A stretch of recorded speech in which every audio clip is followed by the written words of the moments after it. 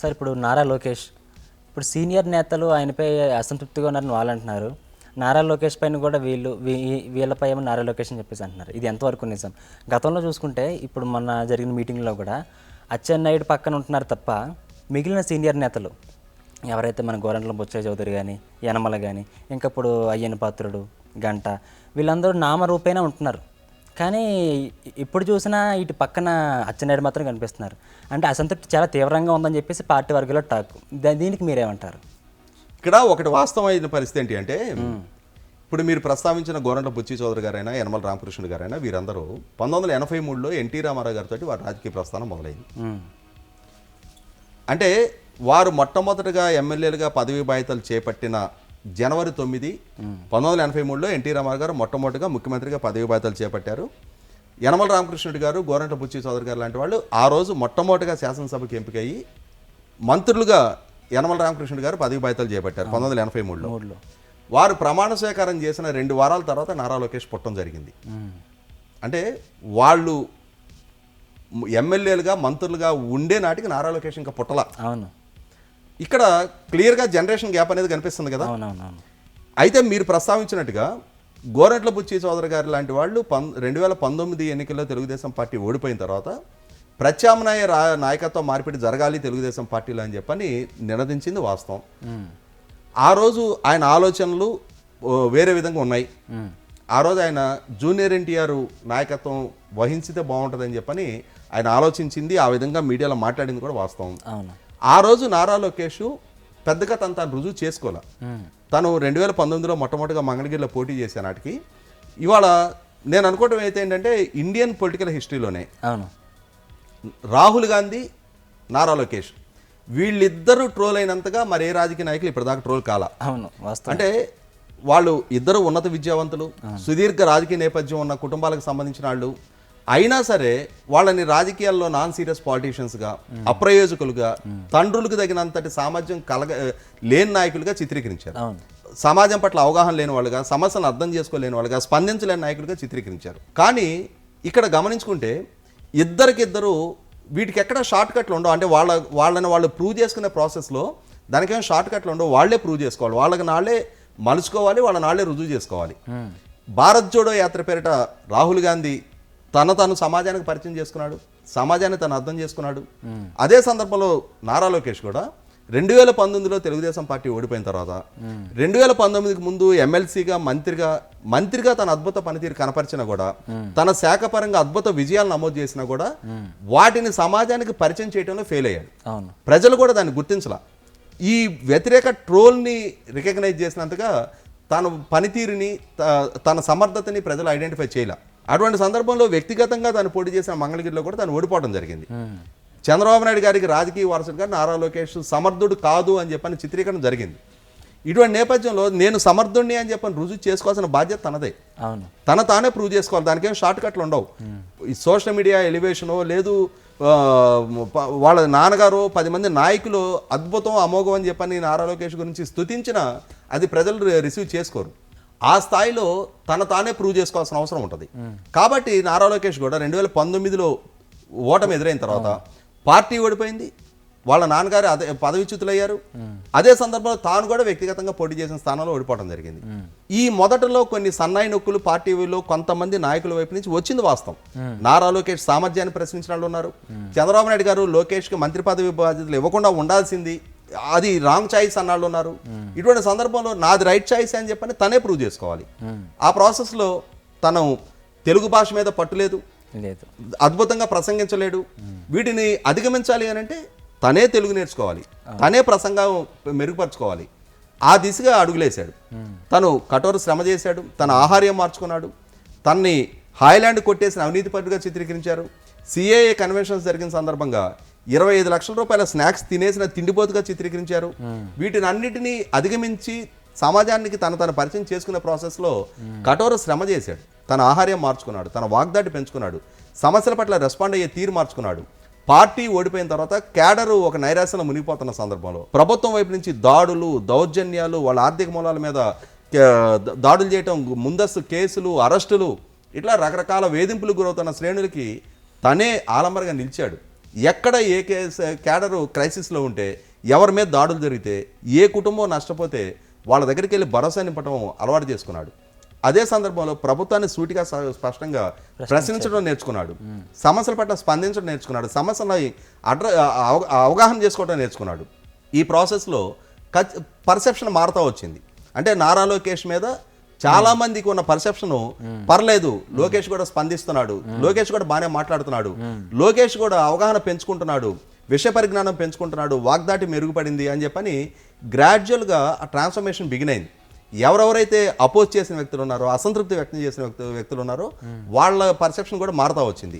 ఇక అక్కడి నుంచి మొదలుపెట్టి 2023 జనవరి 27వ తారీఖు తను యువగళం పేరిట కుప్పం నుంచి మొదలు పెట్టుకున్న పాదయాత్ర, ఆ పాదయాత్ర సంకల్పించుకోవడానికి కూడా ప్రధానంగా దారితీసిన పరిస్థితులు ఏంటి? 2019కి ముందు ప్రధానంగా యువత జగన్మోహన్ రెడ్డి గారి వెనక ర్యాలీ అయ్యారు. ఆ ర్యాలీ అవ్వడానికి దారితీసిన పరిస్థితులు ఇందాక మనం చెప్పుకున్నట్టుగా చంద్రబాబు నాయుడు గారికి జగన్మోహన్ రెడ్డి గారికి మధ్య ఉన్న వయసు అంతరం, ఇతను మా ఐకాన్, మా సమస్యలను అడ్రస్ చేయగలిగిన, మా సమస్యను అర్థం చేసుకోగలిగే నాయకుడు జగన్మోహన్ రెడ్డి, మా ఐడియాలజీకి దగ్గరగా ఉండే నాయకుడు, మా తరానికి సంబంధించిన నాయకుడు జగన్మోహన్ రెడ్డి అని చెప్పని యువత భావించి జగన్మోహన్ రెడ్డి గారి వెనక ర్యాలీ అయ్యారు. కానీ పాలకుడిగా జగన్మోహన్ రెడ్డి గారు వాళ్ళ అంచనాలని తలకిందులు చేస్తా, వాళ్ళకి చేసిన వాగ్దానాలు ఏ ఒకటి నెరవేర్చని పర్యవసానం ఒక రకంగా యువత నైరాశ్యంలో ఉన్నారు. ఆ నైరాశ్యంలో ఉండటమే కాదు, పెడదోనలు పడుతూ ఉన్నారు, నేర స్వభావం పెరుగుతుంది, మాదక ద్రవ్యాలకు అలవాటు పడుతున్నారు, కుటుంబాలు మనోవేదంతో కూలిపోతున్నాయి, మా పిల్లలు గాడి తప్పుతూ ఉన్నారు, జగన్మోహన్ రెడ్డి గారి మీద మేము పెట్టుకున్న నమ్మకాలు వేరు, ఇవాళ మా యువతకు తగ్గ భవిష్యత్తు కల్పించలేకపోతున్నారనే నైరాశ్యంలో తల్లిదండ్రులు ఉంటున్నారు. ఇటువంటి సందర్భంలో ఒకటి, పెడదోర పడుతున్న యువతలో భరోసా నింపాలి, వాళ్ళలో మానసిక స్థైర్యం పెంచాలి. రెండు, తమ నుంచి దూరం జరిగిన, తమ పార్టీ నుంచి దూరం జరిగి జగన్మోహన్ రెడ్డి గారికి దగ్గరైన యువతను మళ్ళీ తిరిగి తమ పార్టీకి దగ్గరగా చేయాలి. ఈ టాస్క్ తోటి తను పాదయాత్ర మొదలు పెట్టుకోవడం జరిగింది. ఇక్కడ కంపారిజను జగన్మోహన్ రెడ్డి గారు, నారా లోకేష్, అంతకుముందు చంద్రబాబు నాయుడు గారు, జగన్మోహన్ రెడ్డి గారి మధ్య పోలిక. ఆ పోలిక సందర్భంగా జగన్మోహన్ రెడ్డి గారి వయసు, చంద్రబాబు నాయుడు గారి వయసు, వాళ్ళు అంటే ఆయన ముందు తరం సంబంధించిన వ్యక్తి, ఈయన మా తరం అని చెప్పని యువత భావించారు. ఇక్కడ జగన్మోహన్ రెడ్డి గారికి, నారా లోకేష్కి 10 సంవత్సరాల వయసు అంతరం ఉంది. అదే సందర్భంలో జగన్మోహన్ రెడ్డి గారితో పోల్చి చూసినప్పుడు తను మోర్ క్వాలిఫైడ్. జగన్మోహన్ రెడ్డి గారు ఎక్కడ ఏం చదివారో ఇప్పటికీ నిర్ధారణ లేదు. కానీ నారా లోకేష్ తను స్టాన్ఫోర్డ్ నుంచి MBA చేసిన వ్యక్తిగా అది నిర్ధారణ ఉంది. అదే సందర్భంలో జగన్మోహన్ రెడ్డి గారు కానీ, వాళ్ళ నాన్నగారు కానీ, జగన్మోహన్ రెడ్డి గారు ఇప్పుడు టెన్యూర్ పూర్తయిపోతే 10 సంవత్సరాల 3 నెలలు వాళ్ళ కుటుంబంలో ముఖ్యమంత్రిత్వం ఉంటుంది. కానీ ఎన్టీ రామారావు గారు కానీ, చంద్రబాబు నాయుడు గారు కానీ 22 సంవత్సరాలు ఈ రాష్ట్రాన్ని పరిపాలించారు. అంటే అధికారిక పదవులు అనుభవించిన కుటుంబ పరంగా చూసుకున్నా, అధికారాన్ని దగ్గరగా చూసిన కుటుంబ పరంగా చూసుకున్నా, ఉన్నత విద్యాపరంగా చూసుకున్నా, అన్ని విధాల జగన్మోహన్ రెడ్డి గారితో పోల్చి చూసుకున్నప్పుడు, అదే వ్యక్తిత్వ పరంగా కూడా జగన్మోహన్ రెడ్డి గారి మీద ఉన్న కేసులు, ఆయన జైలు జీవిత నేపథ్యం, ఆయన మీద ఉన్న ఛార్జ్ షీట్లు, ఆయన మీద ఉన్న ఆరోపణలు, వీటన్నిటి నేపథ్యంతో పోల్చి చూసుకున్నప్పుడు లోకేష్ మీద అటువంటి ఏ ఆరోపణలు లేవు, ఏ కేసులు లేవు, ఆయనకి జైలు జీవిత నేపథ్యం లేదు. ఇటువంటి సందర్భంలో యువత ఖచ్చితంగా నారా లోకేష్ వైపు ర్యాలీ అవటానికి ఆస్కారం ఉంది.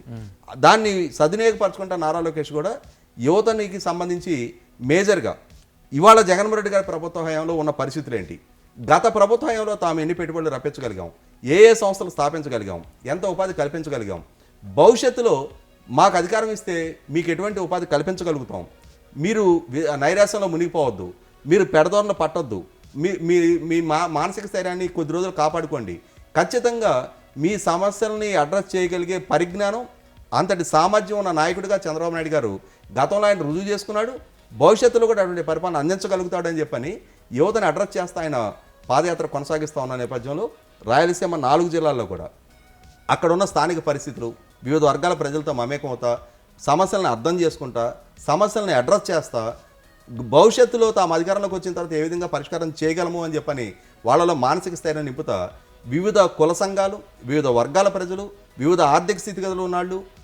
అదే సందర్భంలో ఆయా నియోజకవర్గాల్లో ఎదురవుతున్న స్థానికంగా ఉన్న సమస్యలు, అక్కడ స్థానిక శాసనసభ్యులు, అధికార పార్టీకి సంబంధించిన నాయకులు వనరులు లూటీ చేస్తున్న అంశాలను కూడా బహిరంగంగా మాట్లాడుతూ నారా లోకేష్ సాగించిన పాదయాత్ర నేపథ్యంలో మీరు ఇందాక ప్రస్తావించినట్టుగానే ఆ పార్టీలో ఉన్న ఆ కొద్దిపాటి సనుగుళ్ళు, రణగొణధ్వనులు ఇవన్నీ కూడా సద్దుమణిగినాయి.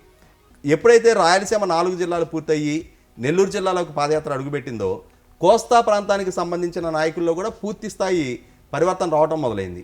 నారా లోకేష్లో 100% ట్రాన్స్ఫర్మేషన్ వచ్చింది. ఇవాళ తన ప్రూవెన్ ఫ్యాక్టర్ తాను రుజువు చేసుకున్నాడు. ప్రజలు తనను ఆశీర్వదిస్తున్నారు, తన వెనక ర్యాలీ అవుతున్నారు. చంద్రబాబు నాయుడు గారు తర్వాత రేపు నాయకులు ఎవరనే ఆ సంక్షోభం దిశగా ఇక పార్టీ ఆలోచించాల్సిన అవసరం లేదు. చంద్రబాబు నాయుడు గారికి ఒక సమర్థుడైన రాజకీయ వారసుడిగా నారా లోకేష్ ఎమర్జ్ అవుతున్నాడని చెప్పని గోరంట్ల బుచ్చి చౌదరి గారు లాంటి సీనియర్లు, యనమల రామకృష్ణ గారు లాంటి వాళ్ళు కూడా రిలీజ్ అయ్యారు. కాబట్టి ఒకనాడు ఆ గ్యాప్ ఉన్నది వాస్తవమే, కానీ ఇవాళ ఆ గ్యాప్ లేదు. ఖచ్చితంగా కనపట్లేదు కదా. ఇప్పుడు చూసిన అచ్చెన్నాయుడు మాత్రమే ఉంటున్నాడు పక్కన. అంటే అట్లా కాదు. ఇప్పుడు ప్రతిరోజు నారా లోకేష్ చేసే యాత్రలో 70 సంవత్సరాలు పైబడిన యనమల రామకృష్ణ గారు, గోరంట్ల బుచ్చి చౌదరి గారు ఎక్కడ పార్టిసిపేట్ చేయగలుగుతారు? వాళ్ళు సుదీర్ఘకాలం రేపు ఎదుర్కోబోయేది 10వ అసెంబ్లీ ఎన్నికల వాళ్ళు. 1983 నుంచి 41 సంవత్సరాలుగా సుదీర్ఘ రాజకీయ నేపథ్యం ఉంది. రాజకీయంగా వాళ్ళు పలు ఎన్నికల్లో ఎదుర్కొంటూ ఉన్నారు. వాళ్ళ జిల్లాలకు సంబంధించి పార్టీ కోఆర్డినేషన్కి సంబంధించిన ఇష్యూస్ ఉంటాయి. ఇటువంటి సందర్భంలో ప్రతిరోజు వీళ్ళ రాష్ట్ర వ్యాప్తంగా ఉండే ప్రతి నాయకుడు నారా లోకేష్ పక్కన అచ్చెన్నాయుడు గారు రాష్ట్ర శాఖ అధ్యక్షుడికి ఆయనకు బాధ్యత ఉంది. ఆ బాధ్యత ఉన్న దృష్ట్యా ఆయన పార్టిసిపేట్ చేస్తారు. ఇప్పుడు అదే అచ్చెన్నాయుడు గారు కాదు, ఎర్రమనాయుడు గారు ఉండుండారు, ఆయన కూడా ఉండలేరు ప్రతిరోజు. ఇవాళ రాష్ట్ర శాఖ అధ్యక్షుడిగా బాధ్యత ఉంది కాబట్టి అచ్చెన్నాయుడు గారు పార్టిసిపేట్ చేస్తున్నారు. ఇవాళ 175 నియోజకవర్గాల్లో కూడా ఏ నియోజకవర్గంలో ఏ నాయకుడు కూడా ఇవాళ నారా లోకేష్ పట్ల ఒకనాటి అసంతృప్తి లేదు. ఇవాళ ఎవరికి వాళ్ళు రిలీజ్ అయింది వాస్తవం. పార్టీలో కూడా ఒకనాడు కొంత అంటే జూనియర్ ఎన్టీఆర్ పట్ల కొంత ఆకర్షణ వ్యక్తం చేసింది వాస్తవం. తాను ఎప్పుడైతే పార్టీ కార్యక్రమాల్లో పార్టిసిపేట్ చేయడానికి సిద్ధంగా లేడో, తన కెరీర్ని ఎంచుకుంటా ఉన్నాడో, ఇవాళ జూనియర్ ఎన్టీఆర్ సినిమా పరమైన అభిమానులు కూడా పార్టీలో నారా లోకేష్ నాయకత్వాన్ని అంగీకరిస్తా ఉన్నారు. ఇటువంటి సందర్భంలో ఒకనాడు లేగిన ఏ అసంతృప్తి ఆ రణగొండతోళ్ళు కూడా ఇవాళ సెకండ్ వాయిస్ కి, సెకండ్ థాట్ కి ఆస్కారం లేకుండా పోయింది. చంద్రబాబు నాయుడు గారికి పార్టీలో నిజమైన వారసుడిగా నారా లోకేష్ తను ప్రూవ్ చేసుకున్నాడు, ఎమర్జ్ అయ్యాడు. ఇటువంటి సందర్భంలో నారా లోకేష్ అనేది ఇవాళ ఒక proven factor. Okay, thank you sir. చూసారు కదండి ఇవాళ విశ్లేషణ. మరొక విశ్లేషణతో మళ్ళీ కలుద్దాం. చూస్తూనే ఉండండి ఆంధ్రప్రభ.